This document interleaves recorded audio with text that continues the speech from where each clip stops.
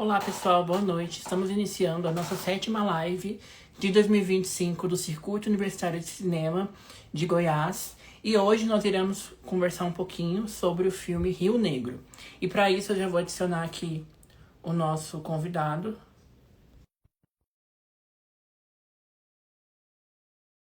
Um pouco para vocês sobre o projeto de forma geral, né? O que é o Cinema em Movimento Circuito Universitário. Ele é basicamente o circuito de cinema que vai buscar levar para universidades brasileiras filmes brasileiros de documentários que vão falar principalmente de questões ligadas aos direitos humanos. Então ele vai tratar de pessoas que historicamente no Brasil tiveram seus direitos humanos de alguma forma, né, por algum motivo, negados. Então, a partir disso, nós temos 5 filmes que foram exibidos no segundo semestre de 2024 nas universidades brasileiras públicas, né? E também, a partir disso, nós fizemos também algumas lives aqui no Instagram, em que a gente convida especialistas no assunto, pessoas para comentarem sobre os filmes. E o filme de hoje, no caso, como eu havia falado anteriormente, é o Rio Negro, que é um documentário que vai falar principalmente sobre a questão da cultura afro-brasileira ali na cidade do Rio de Janeiro, como que a história do Brasil foi construída, né, com muita influência dessa cultura africana, que chegou ao Brasil principalmente a partir da escravidão. E para isso eu chamei o nosso convidado, que é o Tiago Nicolau, e eu vou rapidamente apresentá-lo para que depois, né, ele inicie a sua exposição sobre o filme.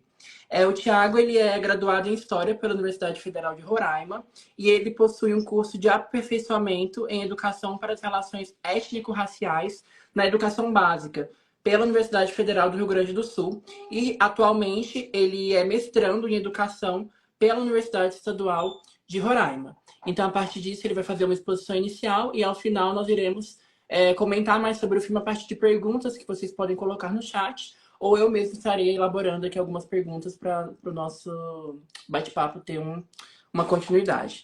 Então, a partir disso, já agradeço a participação de todo mundo, principalmente do nosso convidado, Tiago, e já passo a palavra para ele. Obrigado, obrigado. Boa tarde, boa noite, bom dia, né? Não sabe que hora vão assistir essa live.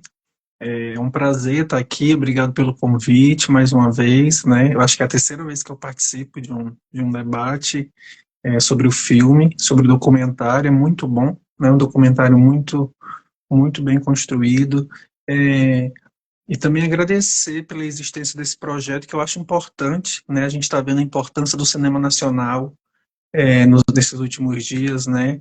O cinema brasileiro, viva o cinema brasileiro, a importância da gente conhecer a nossa própria história, a gente debater a nossa própria história, a gente conhecer as nossas raízes, a nossa ancestralidade, né? Conhecer a história do próprio país. Então, acho que é muito importante, nesse momento, a gente valorizar, reconhecer a importância do cinema brasileiro e desse projeto, né? Desse cinema em movimento, da importância da gente debater. Bom, meu nome é Tiago, né? Eu sou professor de História e fui convidado para a gente debater, conversar um pouco sobre o filme Rio, né? Rio, vírgula, Negro, né? Essa influência, né, das populações negras da cidade do Rio de Janeiro. Claro, não só no Rio, né? A gente sabe que o nosso país ele é formado a partir né, dos povos indígenas, a partir dos povos afro-brasileiros, dos africanos escravizados aqui na nossa terra. Só que o documentário ele só tem mais na cidade do Rio, né? E é muito interessante, mostrando que a cidade do Rio, o porto do Rio de Janeiro, foi o porto que mais recebeu escravizados do mundo, né? Isso é importante eu acho que é uma parte importante para a gente destacar, que é uma cidade que começa a receber muitos escravizados, muitas pessoas advindas do continente africano, e essas pessoas, querendo ou não, essa elite branca, elas vão formando, elas vão se aconchegando nessa cidade, né, elas vão se espalhando, né, o termo mais certo, elas vão se espalhando por essa cidade, por essas regiões, e vão fazendo parte da economia, da cultura, de estruturar uma sociedade, né, a sociedade do Rio de Janeiro. Então, a gente vai ver as influências das culturas desses povos na música, na religião, na economia, que é importante a gente dizer, né, que essas pessoas elas vêm do continente africano não é, né, por acaso. Essas pessoas elas tinham conhecimento, elas tinham tem autores que falam, né, em tecnologia afrodiaspórica. Essas pessoas que vêm do continente africano elas têm um conhecimento sobre mineração, sobre plantação, sobre várias partes de uma economia, né? Então essas pessoas que vêm para cá, elas vão ajudar, né, forçadamente, claro, elas vão ajudar nesses ciclos econômicos, né, e vão entrar na nossa cultura, né, vão entrar na construção da nossa cultura, é, e aí a gente vai perceber a população negra fazendo parte da escravidão no rural e também no urbano, né? A gente vai ver a presença dessa população tanto no rural como no urbano ali, com mais próximo aos senhores, às decisões das cidades, né? E a gente vai ver essa população construindo o que a gente conhece hoje como Rio de Janeiro.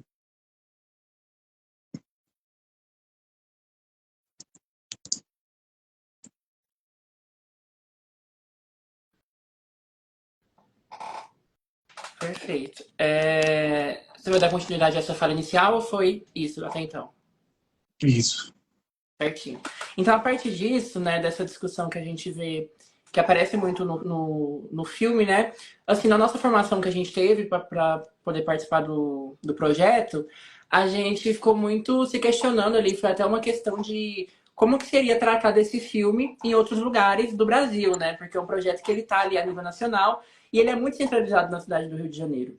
E a gente ficou muito se questionando, tá, mas será que na nossa realidade, no lugar que a gente vive, né, e tudo mais, a gente vai conseguir estabelecer formas de conexão com esse filme, vai ficar uma coisa muito distante.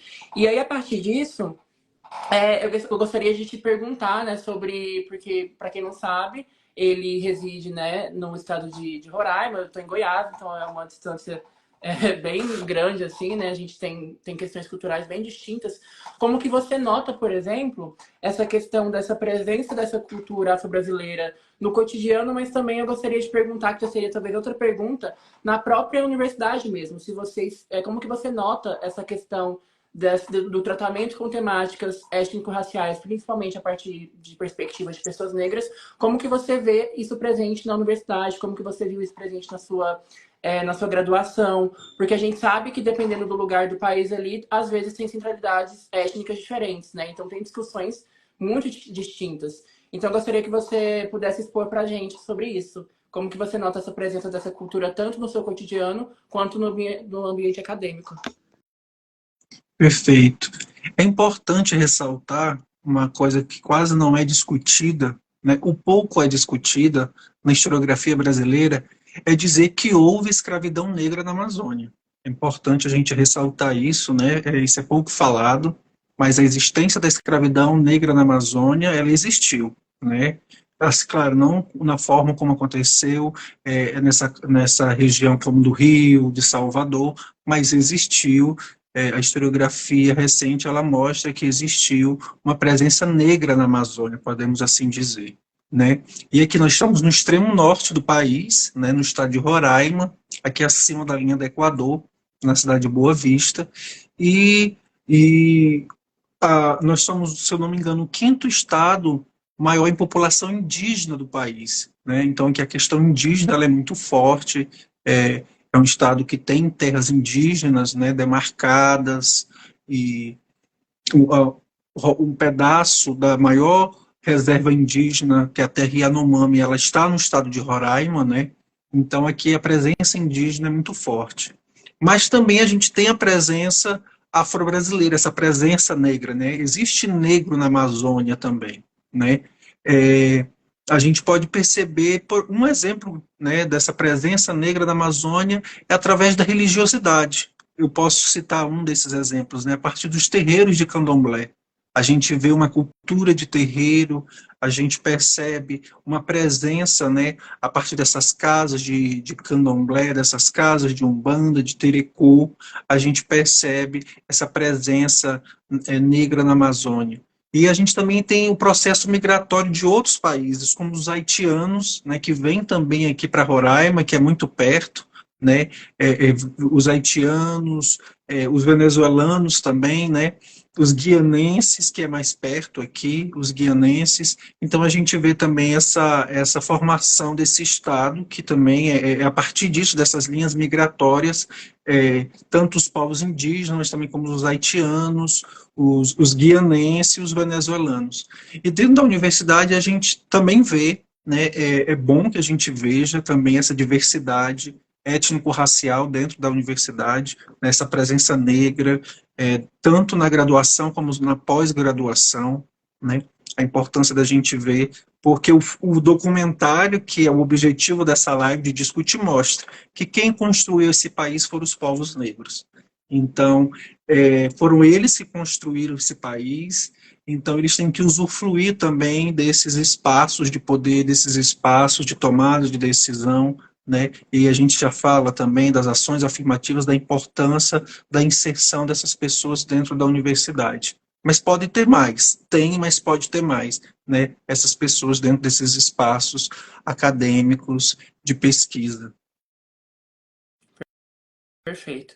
E aí, sobre essa questão, né? Talvez pensando mais no ensino, na educação, como você é professor, né, e tudo mais, eu gostaria de te perguntar como que você nota, talvez, a presença dessas narrativas afro-brasileiras no ensino, principalmente pensando até mesmo nesses materiais de base nacional como curricular, né, ali o que vem ali, que deve ser dado nas escolas, mas também até mesmo na sua experiência enquanto aluno, né, há um tempo atrás você também estava ali na escola, nesse papel, né, de aprender. Se você nota algum tipo de transformação ao longo do tempo, se você nota que houve um aumento ou uma diminuição nos últimos anos desse tipo de discussão nas escolas, e a importância disso e também a importância de documentários como esse também, né, ali como forma de didática. Perfeito. Bom, após 20 anos, né, a Lei 10.639, que é a lei que torna obrigatório o ensino da história africana e afro-brasileira, a gente ainda vê um pequeno avanço aqui no nosso estado. Por exemplo, quando eu era do ensino básico, no ensino fundamental, ensino médio não se falava sobre, ensino fundamental não se falava sobre isso. Ensino médio pouco se falou. E hoje a gente vê um avanço, mas bem pequeno, né? Os materiais didáticos, às vezes eu ainda não estou em sala de aula, né? Eu ainda não estou na educação básica, mas eu ando acompanhando durante o período da pesquisa de mestrado, eu continuo acompanhando os materiais didáticos, alguns livros de escolas onde eu faço estágio, eu consigo perceber uma pouca inserção, mas uma inserção que não tinha quando eu era aluno, né? Não se falava sobre essa temática em sala de aula, a importância da pessoa negra na construção do país. O negro sempre entrou como um apêndice, né? Como uma coisa assim que entrava, existia uma coisa central e ele entrava como um apêndice. Não, o negro ele construiu essa história, ele é essa história, né? Inclusive no documentário, o Simas, né? O historiador Simas, ele fala que se tirar a cultura negra do Rio de Janeiro, não tem cultura no Rio de Janeiro, né? Porque como é que eles que construíram essa história? Então, a importância da gente falar sobre esse tema, né? E aí aqui eu volto para ressaltar também da questão indígena, né? Que é muito forte aqui no nosso estado. A questão afro-brasileira, a importância de estar nesses livros muito mais forte, e como isso vai estar colocado também é importante se debater, né? Não só estar colocado nos materiais didáticos, mas como, né? Para não reforçar estereótipos, formas deturpadas, eurocêntricas, enfim, dessas culturas que foram por muito tempo marginalizadas.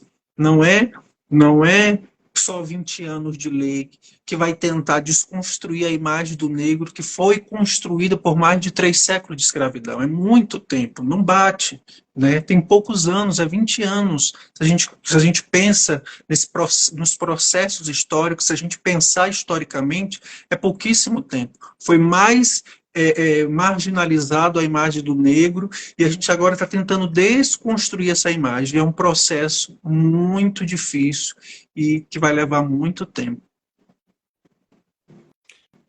Totalmente. E aí sobre essa questão, né, que você falou, né, dessas narrativas que aparecem sobre pessoas negras, até mesmo nos livros didáticos, na escola mesmo, né, ali, eu tenho quase que um relato, assim, né, porque eu tava fazendo estágio agora, eu comecei estágio no semestre passado, em 2024.2, né, que eu faço faculdade de História também, licenciatura. E aí, enfim, quando a gente pega o livro didático, muitas vezes a gente já tem aquela visão negativa, né? De que o livro didático ele vai estar muito atrasado, ele não vai ter discussões tão relevantes assim pra gente. A gente tem que complementar muito, que é o que acontece na maioria das vezes. Porém, lá no colégio que a gente foi, eu me surpreendi até com o livro didático. E eu perguntei isso para você também, principalmente sobre essa questão dessa transformação, se você notou ou não ao longo do tempo, porque eu acabei notando, de uma forma bem positiva até. Porque no livro ali, no caso, foi um livro do nono ano, que a gente conseguiu ministrar algumas aulas ali, e era a temática sobre ditadura militar. E aí, quando a gente fala sobre ditadura militar, não é uma narrativa comum, uma narrativa assim, que já está muito difundida, essa questão da presença das pessoas negras na ditadura e nas lutas, Uhum. principalmente ali da constituição do movimento negro unificado durante a ditadura. Então, ali naquele livro, eu já percebi que havia outras narrativas que antes, ali, pelo menos quando eu estava estudando no ensino fundamental ou médio, que também não faz muito tempo, eu não tive acesso, eu só fui ter acesso na faculdade. Então, eu cheguei assim na escola pensando, tá, a gente vai falar de ditadura, então eu vou ter que pegar, por exemplo, um livro do Lucas Pedretti que fala sobre os bailes de soul e tudo mais, na época da ditadura, a repressão às pessoas negras, porque eu sei que aquilo ali naquele livro não vai ter. Só que aí no livro também tinha. Claro que eu também continuei utilizando essa bibliografia atualizada, mas também aparecia de uma sessão só sobre o movimento negro, tinha falando sobre a imprensa alternativa, como que funcionava ali na época. Chegou até mesmo a falar sobre movimentos LGBTs da época ali, né? Que não era esse termo, mas aparecia o Lampião da Esquina. Uhum. Então, assim, eu achei um livro bem interessante, assim, porque principalmente quando a gente pensa nessas outras narrativas possíveis sobre essa cultura afro-brasileira no Brasil e também sobre pessoas negras, consequentemente.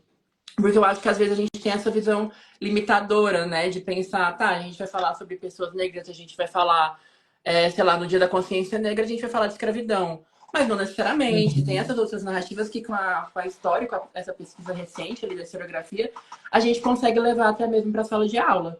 Então, foi um ponto assim que eu achei interessante, até mesmo para desconstruir isso que você falou dessa imagem do negro que foi construída ao longo do Brasil.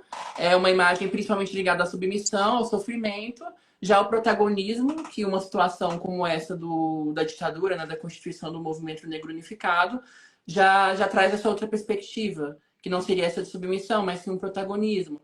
Então, eu acho que acaba que hoje em dia, principalmente com essas pesquisas acadêmicas e com a chegada dessas outras narrativas na sala de aula, eu acho que a gente consegue estabelecer um caminho ali, né, na educação básica para que esses alunos tenham outras referências, outras narrativas possíveis, né, outras histórias.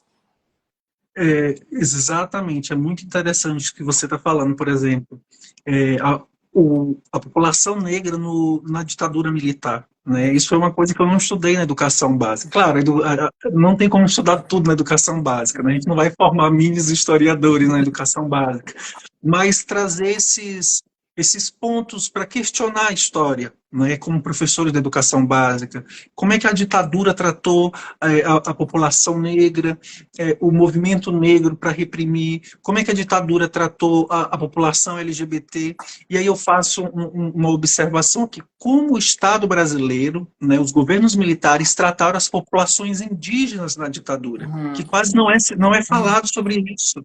Né? O extermínio que foi o assassinato de indígenas aqui na Amazônia durante o período militar. Uhum. Então, o período militar foi bom, não matou ninguém, só matou vagabundo, né? Como a gente sempre está no senso comum, será? Né? Então, eu acho que serve, esses nossos questionamentos, eles servem também até para a gente que é professor, que vai estar na educação básica, a gente se questionar. E quando a gente falar de ditadura, trazer essas populações, né? Essas populações que ainda continuam, né? Tenta, essa hegemonia branca, né? Esse branqueamento, tenta esconder essas pessoas da história. Eu estava lembrando que agora com o Oscar, né, eu ainda estou aqui, que conta a história da família Paiva, é, da família Paiva, é, E aí a gente tem que fazer uma pequena crítica, né? Olha o que a ditadura fez com uma família branca e de classe média, né? Então imagina o que eles não fizeram com os negros e pobres durante a ditadura, o que eles não fizeram com os indígenas que estavam na Amazônia, né? Que às vezes a Amazônia só aparece em períodos importantes, né? Agora na COP30 todo mundo conhece a Amazônia, todo mundo quer vir para a Amazônia, mas depois o povo esquece a Amazônia, acha que só na Amazônia só tem beleza exótica da natureza. Mas não, aqui tem indivíduos, aqui tem pessoas negras, indígenas, pessoas que constroem esse espaço. Sim, e toda essa discussão, né, como eu falei, eu acho que entra muito nessa escolha de narrativas que existe, né? Sempre, em todo o contexto, seja no currículo da escola, seja nas escolhas que os professores das universidades, na formação de professores fazem também ali, para selecionar o que vai aparecer ali pra gente, né?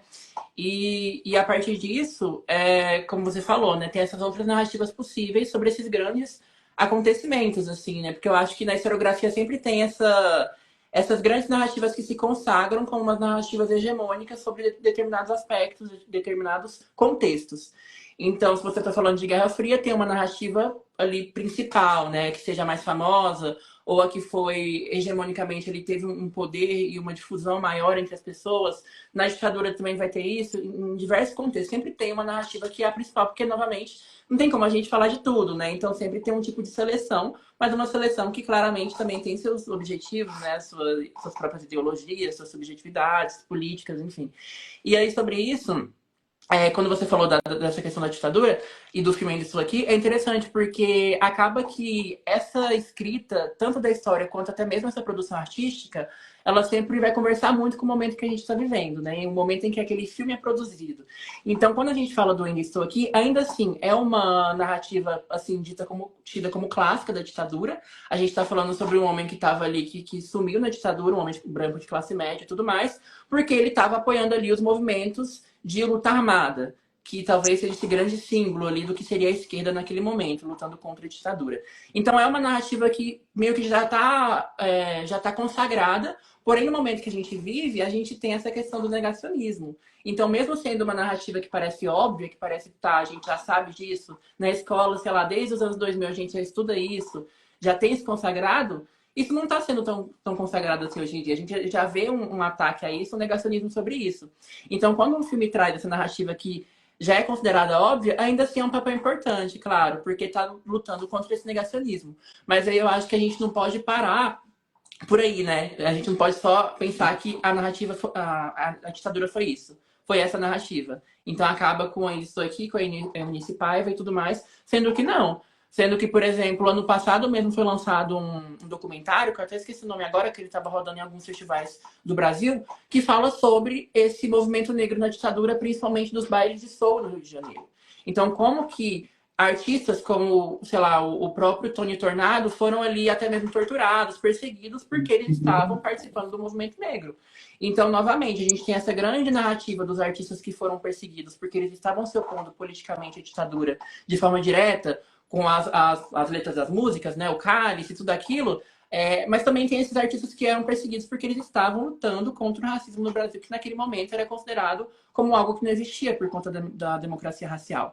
Então, novamente, como eu disse, né, tem essas outras narrativas que vão surgindo e que são tão importantes quanto as outras, né? Então, é isso, né? Eu acho que é mais nesse sentido de ampliar as perspectivas, né? De adicionar mais perspectivas, principalmente a partir de grupos que foram minorizados ao longo do tempo, que têm essas narrativas, assim, historicamente já diminuídas, né? Ou apagadas.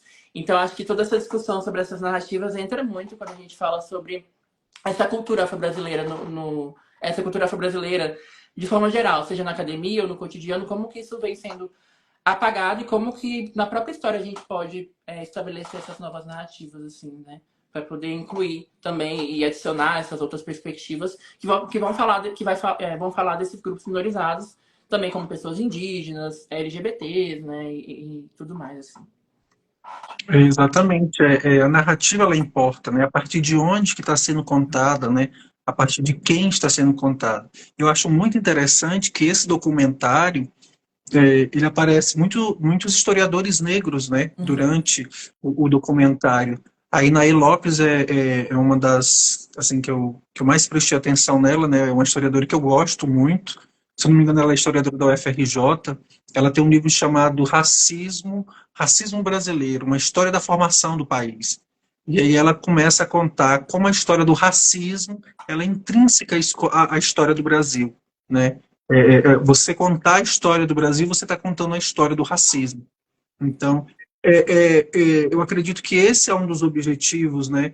É você olhar para essa história branca que sempre foi contada para a gente, né? Essa história data, fato, o fato, a data, a partir de outros olhares, né? De uma historiadora negra, uma historiadora mulher, uma historiadora que tem esse olhar atento às populações negras, que tem esse olhar atento para essas minorias sociais. Porque onde é que está esse povo?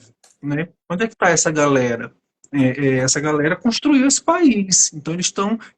Quem construiu esse país não foi a elite. Né? Quem construiu esse país foram a massa. Né? Foi a camada mais baixa da sociedade, como hoje também. Né? Então, essas pessoas existem, elas têm nome, elas têm rosto, e elas têm biografias. Né? Então, esse olhar eu acho muito importante da gente sempre ver a partir de que historiador que a gente está lendo a história, qual é a nossa lente, né? Qual é o óculos que a gente enxerga o mundo. Sim, e isso entra muito naquela questão que já vem da teoria da história, eu acho que de muito tempo também, que já partindo assim, talvez para uma especificidade dessa discussão da historiografia, que é a questão da subjetividade, né, do historiador. Que, assim, de certa forma, na academia hoje em dia também, assim como eu falei dessas narrativas que a gente tem, assim, já tidas como hegemônicas de forma geral, para além da academia, dentro da academia também a gente tem alguns conceitos, algumas questões relacionadas à produção da história que já estão assim meio que consagradas como tá, isso daqui é um tipo de metodologia ou é uma coisa que a gente reconhece que todos nós vamos partir desse ponto aqui, né? Pensando principalmente na metodologia de pesquisa e tudo mais.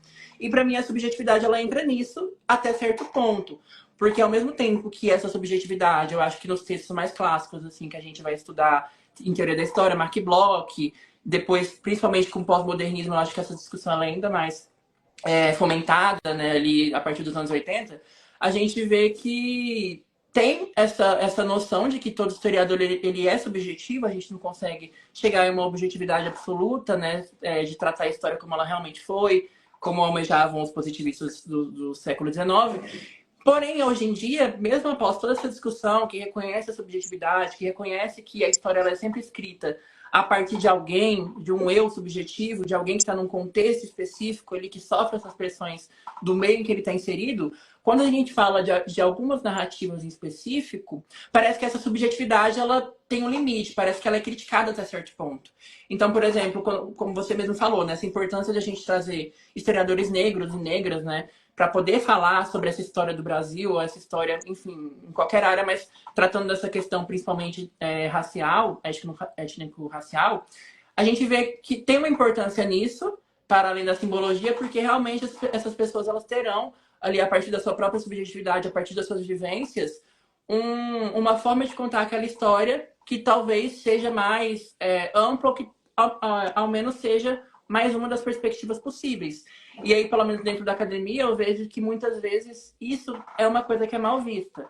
Quando a gente fala sobre questões ligadas a minorias sociais, igual eu falei, como pessoas homossexuais, lésbicas, travestis, pessoas negras, mulheres, quando parece que quando essas pessoas vão falar, né, que elas estão partindo dessa perspectiva, assumindo essa subjetividade naquele trabalho, elas estão sendo menos cientistas ou menos científicas por aquilo. Sendo que o homem branco, hétero, ou seja o que for, quando ele está escrevendo a sua historiografia, ele também está sendo extremamente subjetivo. Ele também está escolhendo ali politicamente o que ele quer retratar, como ele quer narrar. Que talvez seja um desses traços assim que a gente vê nessas discussões mais recentes da teoria da história, pensando no narrativismo, digamos assim. Então, parece que há um limite, né, assim, do subjetivo. E esse limite parece que às vezes ele está ligado àquilo que a gente não, mas que vulgarmente hoje em dia seria chamado como essas pautas identitárias ou questões do tipo. Então, se você está sendo identitário demais, você não está sendo científico. Porque o científico é você evitar esse tipo de pauta, porque só elas são dotadas de subjetividade. Então, acaba que quando a gente vai falar dessa questão racial, a gente nota muito isso, assim, pelo menos é uma coisa que eu noto bastante na academia. Que quando você fala, tá, eu sou uma historiadora negra falando sobre racismo, peraí, a gente tem que analisar muito bem essa narrativa porque ela tá cheia de subjetividade demais e ela deixa de ser científica porque parece que ela não tá olhando com aquele olhar distante, assim, de alguém que vai analisar de fora os fatos e tudo mais. Sendo que todo mundo tá imerso numa sociedade, num tipo de contexto que vai, até certo ponto, moldar, né, o que você está escrevendo. Como se saísse da ciência e fosse uma militância, né? Você está sendo muito militante. Eu já escutei muito essa expressão. É, e aí eu questiono, né, essas pautas identitárias. Eu acho que não existe mais nada identitário do que o homem branco, né?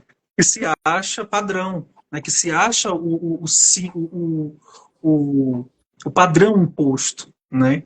Então, quando os movimentos sociais, né, a importância dos movimentos sociais, quando os movimentos sociais começam a questionar esse padrão, né, as feministas, o movimento LGBT, o movimento indígena, o movimento negro começa a questionar, tá, isso aqui que eu estou fazendo é militância, só porque eu sou uma pessoa negra e estou fazendo uma história com um olhar atento para as populações negras, isso é identitário.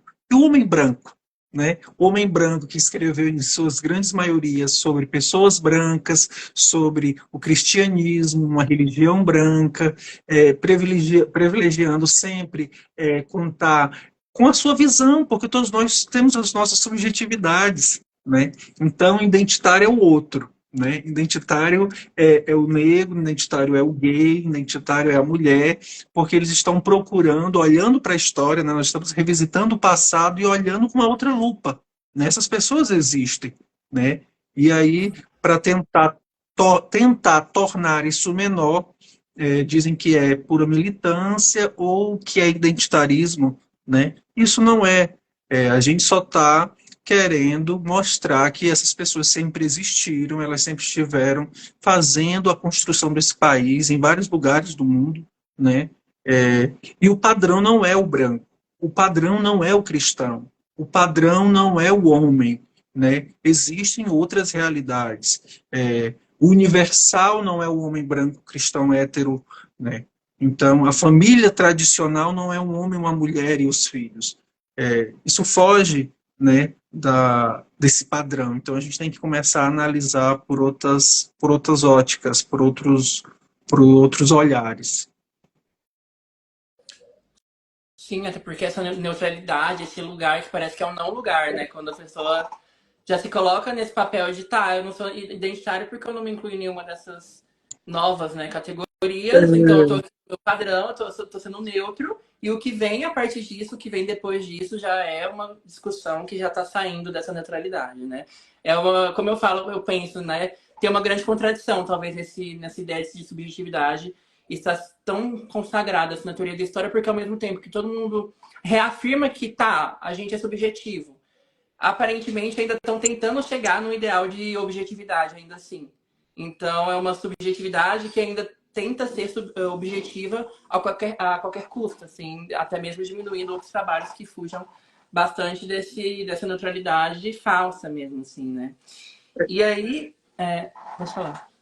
Não, é interessante, vai surgindo muitas discussões, né? É interessante, a Sueli Carneiro, ela lançou o livro dela, Dispositivo da Racialidade, que foi a tese de doutorado dela, e ela abre o livro dizendo: eu falo do lugar da escrava, eu falo contigo, eu branco hegemônico. Por quê? Porque quem é o ser humano?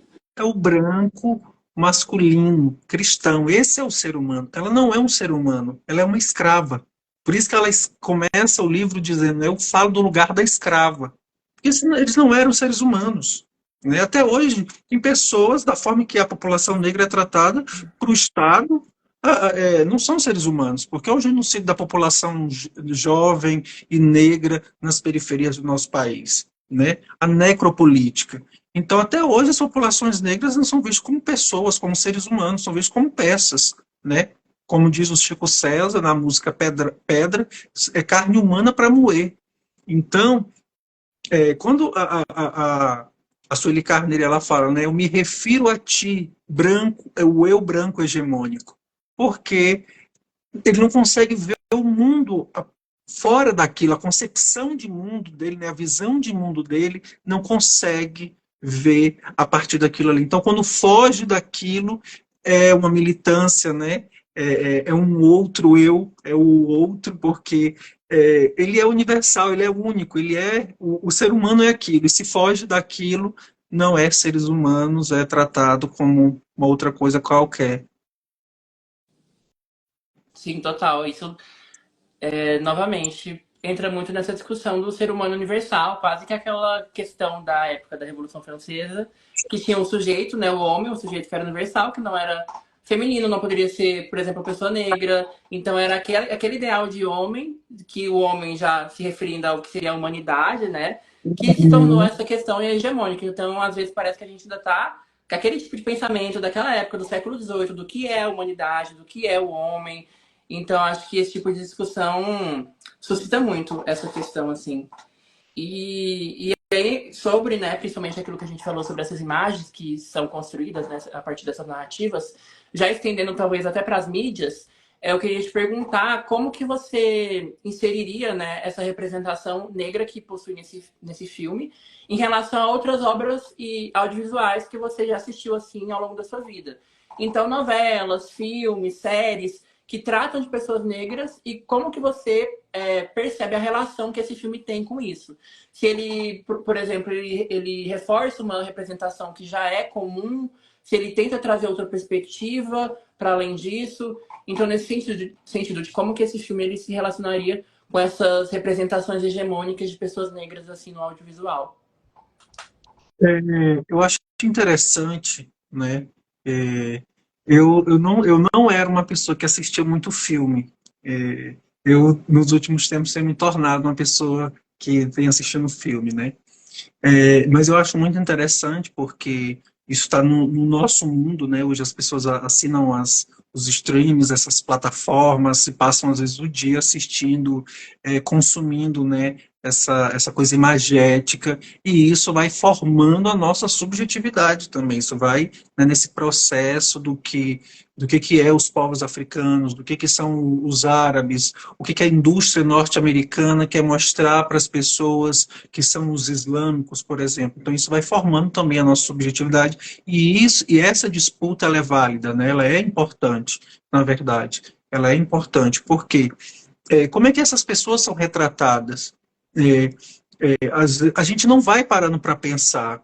Antes de começar a estudar relações raciais, eu não parava para me questionar dos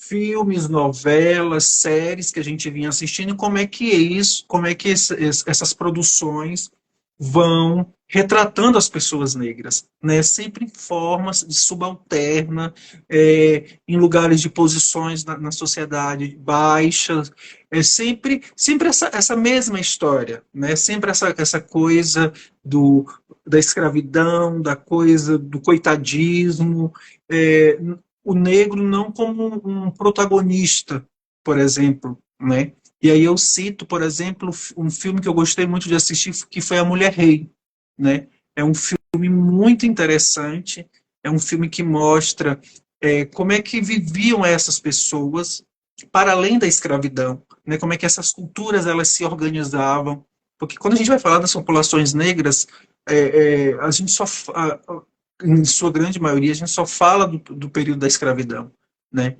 E então, quando eu comecei a assistir aquele filme, eu falei assim, nossa, que filme interessante para a gente mostrar e passar na escola, porque mostra uma outra África, né?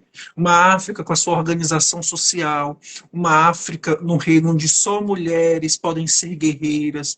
Então, assim, quebra totalmente esse estereótipo de que só o homem é o guerreiro, só o homem tem a espada, só o homem vai, o reino, entende?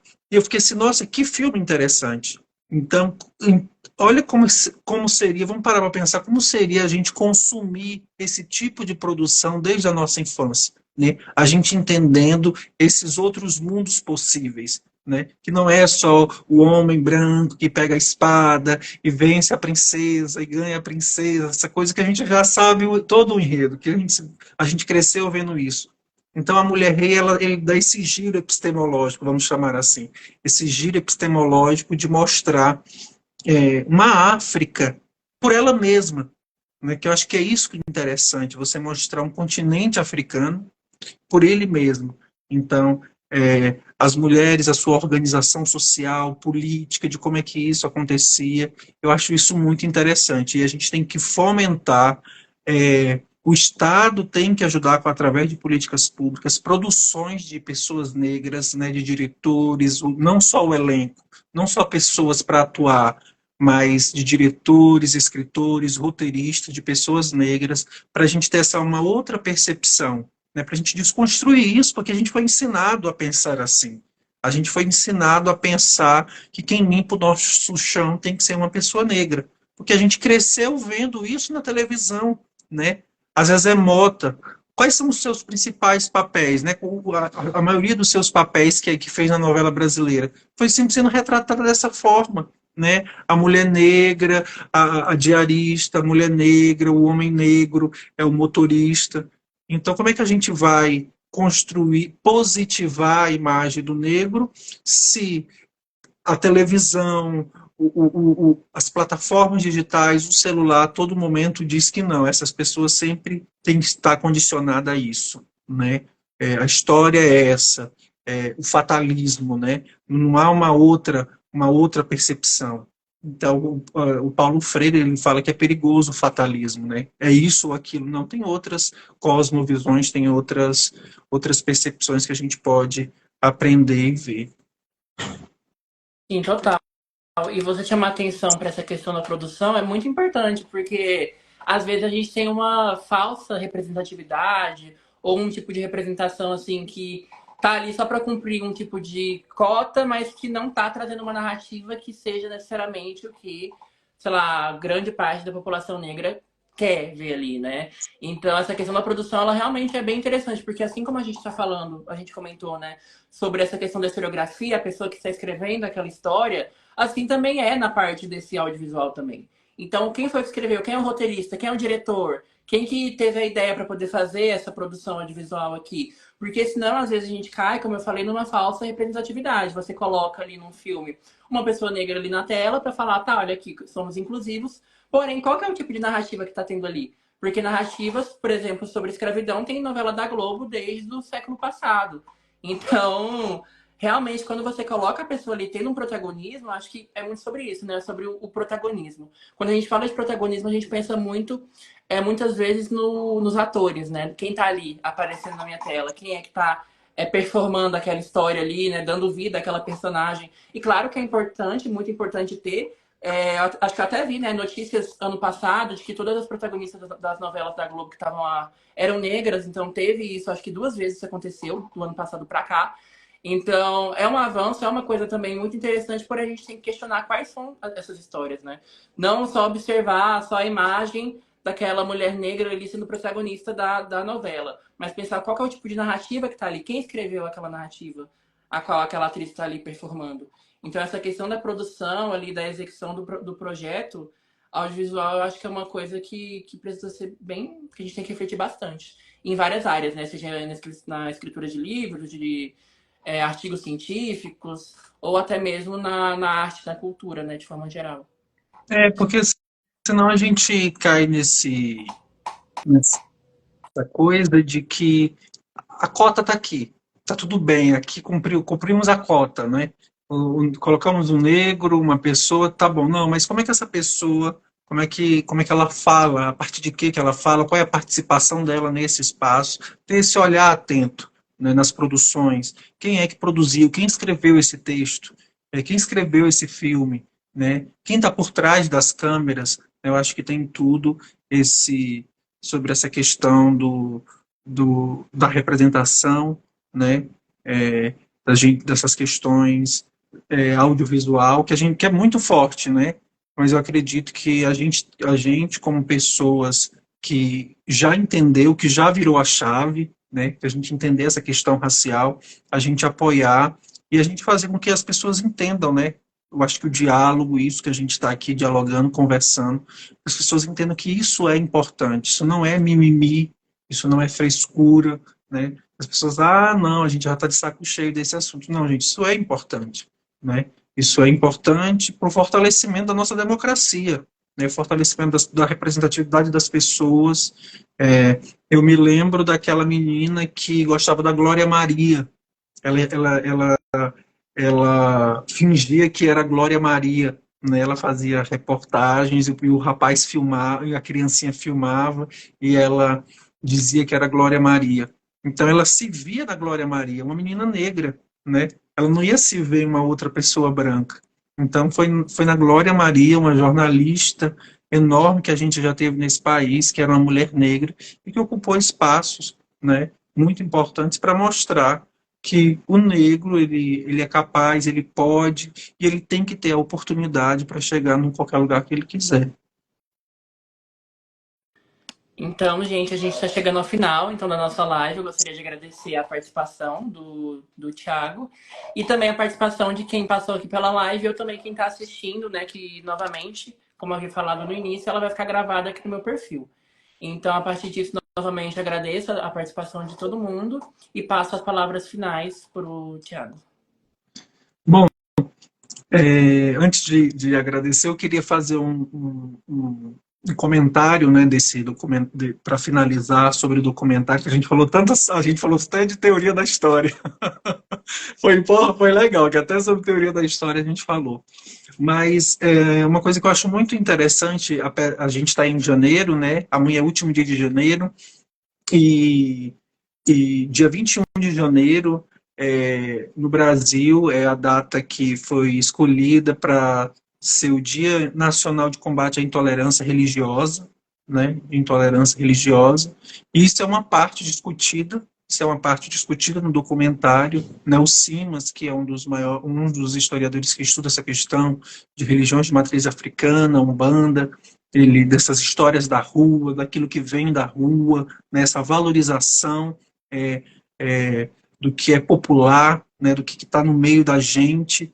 Então, eu queria fazer esse comentário, né? Do aumento da intolerância religiosa voltadas para as religiões de matriz africana, né? Do racismo religioso. E esses dias eu estava na internet e eu vi uma notícia de um terreiro que foi invadido na cidade do Rio de Janeiro, né? Então a gente vê que lá nos séculos passados, na invasão dos portugueses, nessa diáspora africana, né, essa marginalização dessa religião, né, que essa religião serviu de muita forma de resistência para esses escravizados, né? É importante ressaltar isso. Ainda hoje, no século XXI, em 2025, a gente vê ainda requisitos desse período tão ruim para a nossa história, né? As invasões de terreiros de candomblé, de umbanda, o assassinato de pais e mães de santo, o assassinato de sacerdotes, a quebra de objetos sagrados para essas religiões. Então, o documentário ele tem uma parte sobre isso, né? Fala um pouco sobre economia, sobre a revolta das chibatas, sobre as grandes manifestações, né? As revoltas da população negra, e essa parte religiosa também da cultura, né? Das escolas de samba, que também é uma expressão da cultura negra no Brasil, né? A gente é uma forma de resistir também. Às vezes é uma das poucas vezes onde essa população negra pode denunciar os maus tratos do Estado na avenida, trazendo aqueles enredos como forma de denúncia social, né? Então, era isso que eu queria deixar, né, essa observação, porque a gente está finalizando janeiro, e o 21 de janeiro, que foi colocado como Dia Nacional de Combate à Intolerância, a partir da morte da Mãe Gilda de Ogum, do estado da Bahia, né? Mãe Gilda foi assassinada, teve religiosos de igrejas pentecostais invadiram o seu terreiro e ela veio a óbito.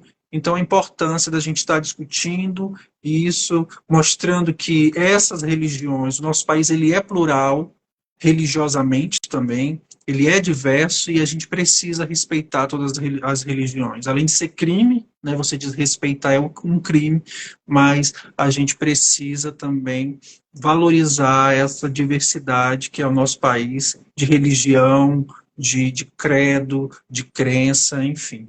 E aí agradecer também pelo convite, o Tiago, dois Tiagos aqui, queria agradecer pelo convite, de estar aqui participando, dialogando com vocês, né? Vai ficar gravado a live, depois vocês podem enviar para quem vocês quiserem, para a gente fomentar o debate de qualidade, né? Esse, essa questão tão importante que continua nos nossos dias atuais, que é a questão racial, a questão a importância do negro na nossa sociedade contemporânea. E eu acho que é isso, só agradecer mesmo, agradecer a todos vocês. Ah, eu esqueci de falar uma coisa. Eu lembrei agora, a Sueli Carneiro, no livro Escritos de uma Vida, ela diz que um dos objetivos da elite europeia era construir uma Europa nos trópicos. Eu lembrei disso agora. Ela fala que um dos objetivos das elites europeias era construir uma Europa nos trópicos. E não foi possível, porque como é que você pega, você escraviza um monte de pessoas africanas aqui, né? E eles tentaram embranquecer a todo custo. A gente vê ao longo do documentário como a todo custo eles tentaram embranquecer, reprimir essas manifestações culturais, como sufoca esse terreiro de candomblé, fecha essa roda de capoeira, embranquece tal autor. A todo momento essas elites tentando embranquecer essa história, mas não tem como, porque a história é isso. Né? A história ela é a verdade, a história foi feita pelo povo negro. Então, foi um fracasso tentar construir uma Europa aqui nos trópicos e viva o povo negro brasileiro. Perfeito. Então é isso, gente. Novamente agradeço a participação de todas as pessoas que passaram por aqui ou estão assistindo posteriormente. Também, principalmente ao Thiago Nicolau por ter aceito o convite para a gente poder debater o filme. Então é isso. Até mais. Até a próxima live. Tchau.